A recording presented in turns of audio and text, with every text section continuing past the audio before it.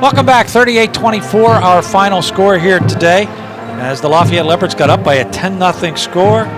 Got everybody all excited, but then it was all Sacred Heart for the most part from that point on.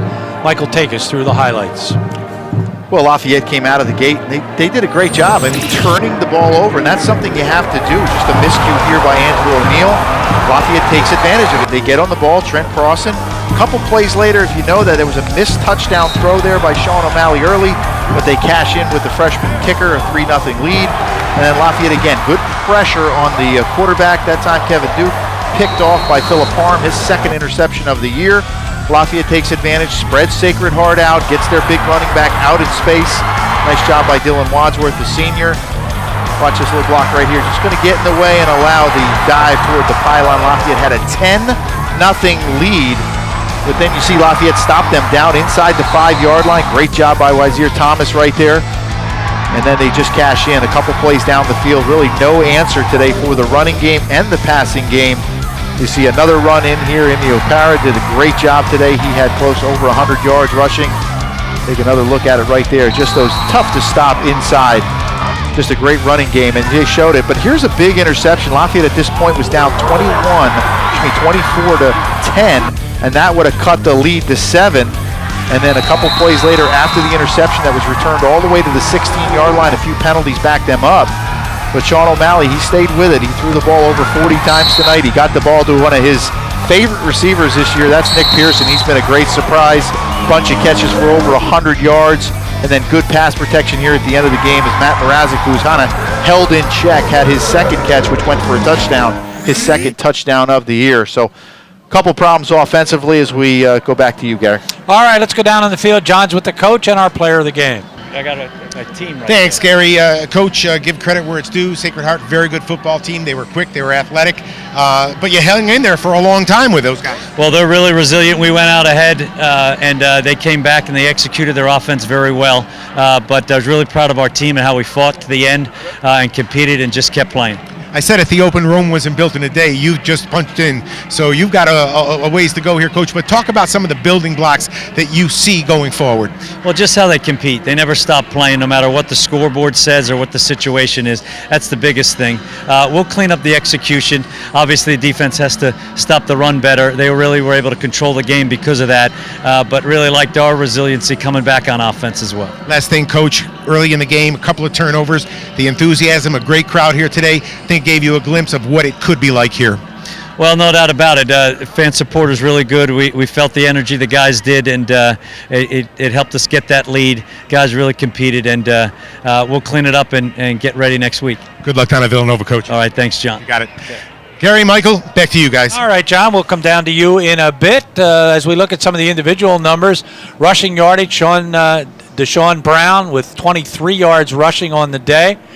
And also Sean O'Malley with 25 for 44, 1 interception, 3 touchdown passes, 276 yards on the day. But certainly the player of the game, 9 catches, 107 yards, and a touchdown. Nick Pearson, what a ball game for him. We'll get a look at some of his highlights. Yeah, he was terrific today. You know, and he's great in the open field. You see the explosiveness and the ability of Sean O'Malley to fit it into tight spaces. Here's his touchdown catch. You know, he had a bunch of catches last week. Lafayette has led with nine catches to this time. Mrazek had 9 catches last week. So they do spread the ball around very well, but there was a few miscues that I think this Lafayette team has got to clean up. And you heard John Garrett say it. Got to clean some things up. We're back at it next week. All right, that's it for Mike and myself. Glad you have been with us. We're going to send it down to finish things up and wrap up tonight's ball game. Here's John Leone and Phil Ing. Thanks, fellas. Great job as usual. We always have fun with it no matter what the outcome. But, you know, Phil, it was an interesting game tonight because I think there were a couple of key plays. Lafayette's at a stage right now under its new coach and a new system where their margin for error is really, really slim, and every mistake seems to just really cost them. You took the words right out of my mouth, you know, coming down this drive, and we throw that INT, you know, and you can't really blame him. You know, he's, again, a freshman trying to make something happen, but he's got to learn, you know, the moment. And he's got to learn exactly what you said. You know, we're razor thin in terms of what mistakes we can do. And then you had the read option. Actually, it was a sprint out of the option pass, and we have a guy kind of, just kind of 2 or 3 yards downfield. It's another touchdown being taken off the board. And that's absolutely it. The couple breaks that we got in the first half, we didn't get in the second half, and quite honestly, that could be the difference. We're not at a point right now, Phil, as we've been talking about, where you can afford those kinds of missteps. And then Sean O'Malley, despite the numbers and his toughness, he's got a laser arm. All the mechanics are there. The couple of near misses on some open receivers early in the game that could have changed the complexion. Yeah, we could have had the lead, in the first half. If he had hit a couple of those plays. But again, you come back and, work on those types of things, move forward. He does show tremendous poise for a freshman and, tremendous potential as well. The other guy you got to love, and actually the tandem, if you've got Matt Morasic, who had a quiet day other than tying your receiving record. But bring that up again? I know, right, I love it. So, but again, when you pair him with a kid like Pearson on the other side, and then you've got Dylan Wadsworth, I mean, the pieces of the passing game puzzle seem to be there. Absolutely, and that's what you like to see. And I think I did say something about looking at Nick Pearson, and he had a tremendous game. And I think that's again another receiver that they're going to have to key on that will open it up again for Matt and Dylan as well. The thing you got to love about Coach Garrett, we're just getting to know him, but his demeanor on the sideline, he's very calm, at least on the outside. But, he's focused, he's communicative, he lets you know what he's thinking at all times, and I think eventually there's a quiet confidence about this man that makes you believe he's going to get it done. Yeah, I believe that to be true, and especially coming in under this kind of situation where, he doesn't really have a recruited class here, and so it is going to take some time for him.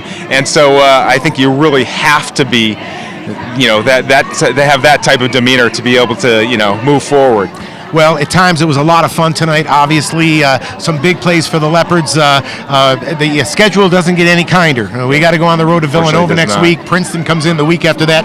It is a gauntlet, but as you know, Phil, when it comes right down to it, especially in the first year, the Patriot League season is what counts. Absolutely. We've always talked about that. Unfortunately, in the last couple of years that on to the next season, or on to the next game. So we see a lot of bright spots here, and hopefully more to come next week. Now, LSN will be with the Leopards down at Villanova next week, and then Phil and I and Gary and Mike and Rickio and the crew will be back here on LSN for the next home game, which is against Princeton in 2 weeks.